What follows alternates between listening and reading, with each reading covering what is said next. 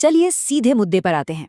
अगर मैं आपसे कहूं कि आपकी सैलरी, आपके रिश्ते और यहाँ तक कि आपकी शारीरिक सेहत, ये सब कुछ किसी बाहरी दुनिया पर नहीं, बल्कि बुनियादी तौर पर सिर्फ एक ही इंटरनल फैक्टर से पूरी तरह कंट्रोल होते हैं।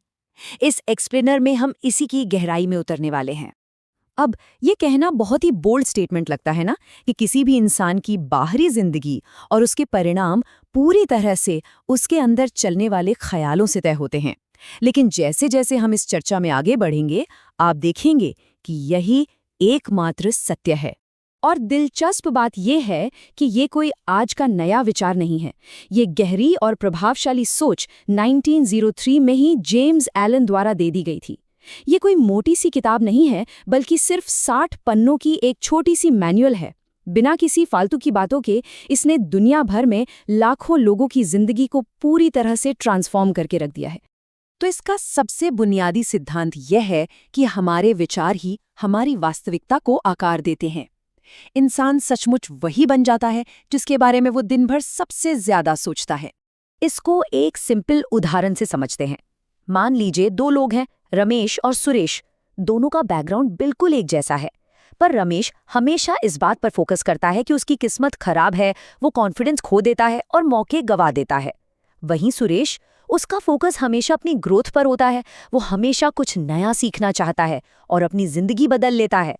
एक ही बैकग्राउंड, पर रियलिटी एकदम अलग, सिर्फ और सिर्फ उनकी सोच के फर्क की वजह से। यहीं पर एक बहुत ही मशहूर रूपक यानी मेटाफर सामने आता है, जो हमारे दिमाग को एक बगीचे से कंपेयर करता है। चलिए देखते हैं कि इस मानसिक बगीचे की खेती कैसे होती है। सोचिए, अगर किसी बागीचे को बिना देखभाल के छोड़ दिया जाए तो क्या होगा?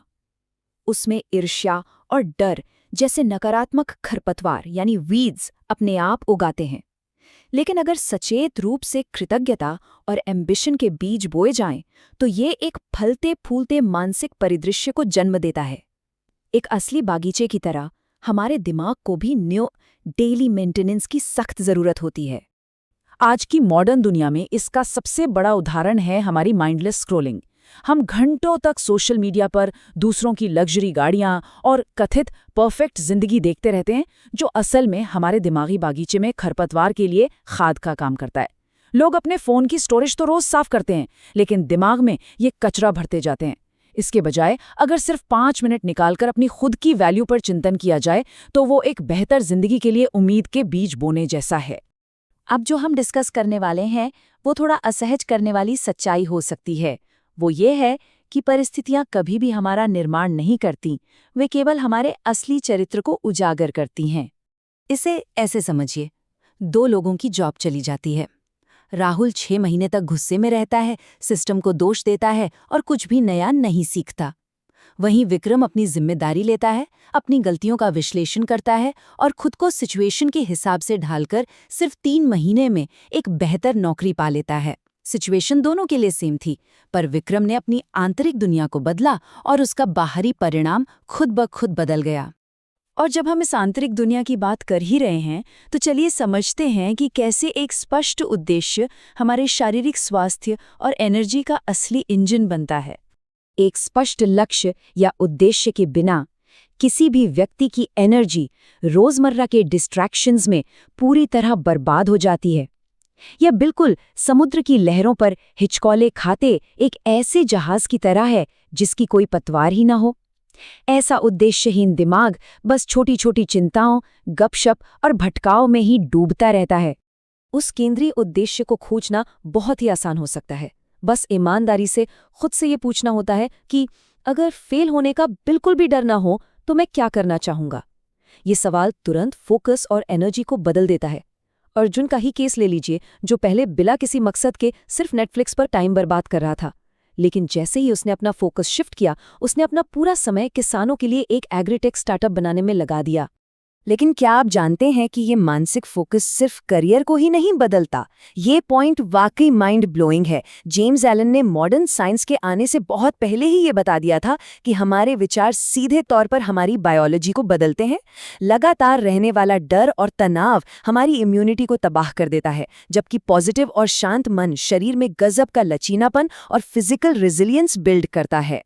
और आज की मॉडर्न रिसर्च इस बायोलॉजिकल इनसाइट की 100% पुष्टि करती है। अगर हम इस डेटा पर नजर डालें तो पता चलता है कि एक ग्रुप ने सिर्फ 8 हफ्तों तक रोजाना 10 मिनट ग्रैटिट्यूड जर्नल लिखने की आदत अपनाई, जिससे उनकी नींद और एनर्जी में भारी सुधार हुआ। वहीं दूसरे ग्रुप में कोई बदलाव नहीं दिखा। ये कोई जादू नहीं है, बल्कि बिल्कुल स्पष्ट विज्ञान है। अब आते हैं इस ब्लूप्रिंट के सबसे पावरफुल हिस्से पर, विजन की ताकत। हमें अक्सर लगता है कि इंसान को जिंदगी में वो मिलता है जो वो चाहता है। जी नहीं, इंसान को वो मिलता है जो वो असल में है। मानसिक पूर्वाभ्यास यानी मेंटल रिहर्सल सिर्फ ख्याली पुलाव नहीं है। सचिन तेंदुलकर और रॉजर फेडरर जैसे दिग्गज एथलीट इसका उपयोग करते हैं। पता है क्यों?